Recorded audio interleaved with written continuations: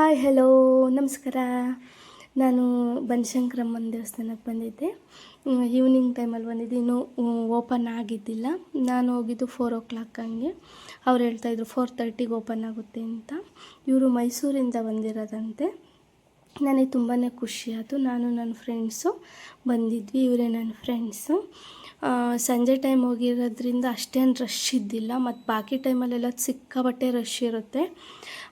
ಇಲ್ಲೋಗಿ ಪ್ರಸಾದ ಸಿಕ್ತು, ಪ್ರಸಾದ ತಿಂದ್ಕೊಂಡು ದರ್ಶನ ಚೆನ್ನಾಗಾಯಿತು. ನಮಗೆ ಅಷ್ಟೇನು ರಶ್ ಇದ್ದಿಲ್ವಲ್ಲ, ಹಂಗಾಗಿ ದರ್ಶನ ಚೆನ್ನಾಗಾಯ್ತು. ಮತ್ತು ಶುಕ್ರವಾರಕ್ಕೆ ಫುಲ್ ರೆಡಿ ಮಾಡ್ತಾಯಿದ್ರು ಫ್ಲವರಿಂದ.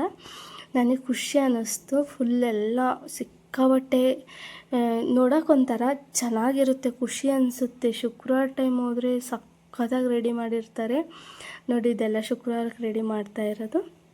ಆಮೇಲೆ ನಾವು ಆ ಕಡೆ ಬಂದ್ವಿ, ಬ್ಯಾಕ್ ಸೈಡಿಂದ ಬಂದರೆ ಇದು ಬ್ಯಾಕ್ ಸೈಡಿಂದೆಲ್ಲ ಬಂದರೆ ಸಿಗುತ್ತೆ, ಪಕ್ಕದಲ್ಲೂ ಸಿಗುತ್ತೆ. ಬಟ್ ಬ್ಯಾಕ್ ಸೈಡಿಂದಲೇ ಈ ಪ್ಲೇಸಿಗೆ ಹೋಗೋದು.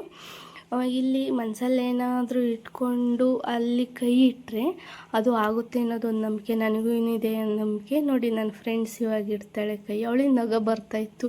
ನಾನು ಮೂವೇ ಮಾಡ್ತಾಯಿಲ್ಲ, ಅದು ಮೂವ್ ಆಗ್ತಾಯಿದೆ, ನನ್ನ ಕೈ ಜಾರ್ತಾಯಿದೆ ಅಂತ ಹೇಳ್ತಾಯಿದ್ಲು. ಅವಳಿಗೆ ಚೆನ್ನಾಗೇ ಕೈ ಸ್ವಲ್ಪ ಸ್ವಲ್ಪನೇ ಹೋಯಿತು. ಅವಳಿಗೆ ಖುಷಿ ಅನ್ನಿಸ್ತು, ನನಗೆ ತುಂಬಾ ಖುಷಿ ಆಯಿತು ಅಂತ ಹೇಳ್ತಾಯಿದ್ಲು.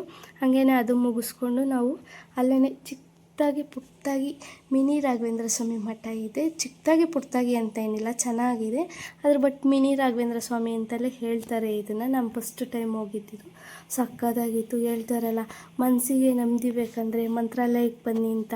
ನನಗೆ ಮಂತ್ರಾಲಯಕ್ಕೆ ಹೋಗೋಕ್ಕಾಗಲಿಲ್ಲ, ಅದಕ್ಕೆ ಇಲ್ಲೇ ಪುಟ್ಟ ಮಿನಿ ಮಂತ್ರಾಲಯಕ್ಕೆ ಹೋಗಿದ್ದೆ. ಚೆನ್ನಾಗಿತ್ತು, ಮನಸ್ಸಿಗೇನೋ ಒಂಥರ ನೆಮ್ಮದಿ ಅನ್ನಿಸ್ತು, ಖುಷಿ ಆಯಿತು. ಆವತ್ತಿನ ದಿನ ತುಂಬಾ ಖುಷಿಯಿಂದ ಕಳೆದ್ವಿ. Thank you so much.